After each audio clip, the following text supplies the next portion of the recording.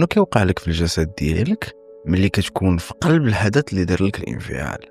حنا متفقين ان العقل الواعي في ديك اللحظه هو اللي واخد زمام الامور، يعني كيولي خدام الجهاز العصبي اللا ارادي autonomic nervous system، وبالضبط الجزء المسؤول عن الاستجابه للخطر وهو الجهاز العصبي الودي sympathetic nervous system. هذا الجهاز كيتفاعل ملي اللوزه الدماغيه كترصد الخطر او موقف كيشبه لشي تجربه قديمه، وهنا كتبان رده الفعل في ثلاثه المسارات: freeze fight flight. freeze شي ملي كتسكت على غفله وكتحس براسك تجمدتي، الجسد ديالك دخل في حاله تجمد freeze.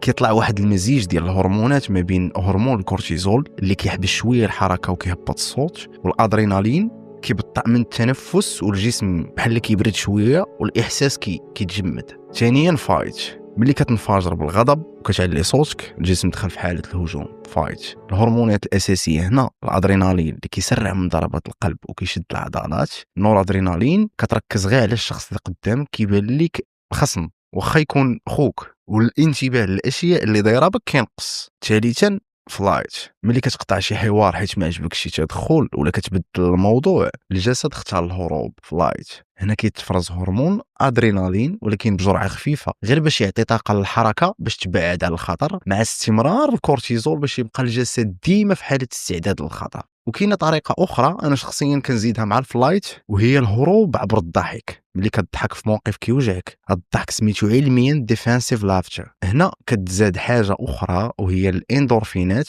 باش يكالميو داك التوتر العصبي اللي واقع لك اصلا بسبب هرمون الكورتيزول. يعني الضحك كيخدم بحال الغطاء باش يخفف من الاحراج. الصمت، الغضب، الانسحاب، الضحك كلهم ردات فعل هرمونيه عصبيه تعلمها الجسد في واحد الوقت باش يحميك، وكل ما كان الجرح اقدم كل ما خرجت الهرمونات اسرع. ملي كتسمي شنو واقع، مثلا فاش تحس بقلبك كيضرب قول دابا الادرينالين طالع، ولا متوتر بزاف كتحس بالرجفه، ولا قول راه دابا الكورتيزول اللي مسيطر. ديك اللحظه كتفعل القشره العقليه وهي الوحيده اللي تقدر تهدئ اللوزه الدماغيه وتقصر من مده افراز الهرمونات. والسلام عليكم.